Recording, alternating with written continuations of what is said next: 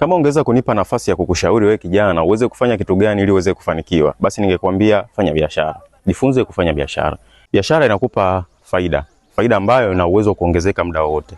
Lakini mshahara ambao unatokana na ajira huwa hauongezeki mpaka pale labda ambapo mwajiri wako amehitaji kukuongezea. Na unaweza ukakata miaka 10 hajaamua kuongeza mshahara. Kwa hiyo mtu ambaye ameajiriwa hawezi kaishi maisha ndoto yake. Uwezo kumuona anasafiri kuelekea mataifa makubwa. Uwezo kumuona anamiliki vitu ambavyo ni luxury. Kwa sababu gani? Yuko limited katika kipato chake na ukubwa wa ndoto zake unakuwa huko under the control ya mtu ambaye amemwajiri. Kwa hiyo fanya biashara ambayo itakupa uhuru wa kipesa, uhuru wa kipato na utaweza kuishi maisha uyatakayo. Inawezekana unajiuliza kwamba sawa, biashara ni biashara gani, nawezaje kufanikiwa? By the way, nawasaidia vijana wengi kuweza kupata fursa ambayo itaweza kuwatengenezea kipato at least 200,000, 300,000 kwa wiki kwa muda wao wa ziada bila kuathiri shughuli zao zingine. Unaweza ukacomment hapo unahitaji, ukaandika neno biashara na namba yako ya simu nikaweza kukupigia niweze kukuelimisha na uweze kuanza biashara hii.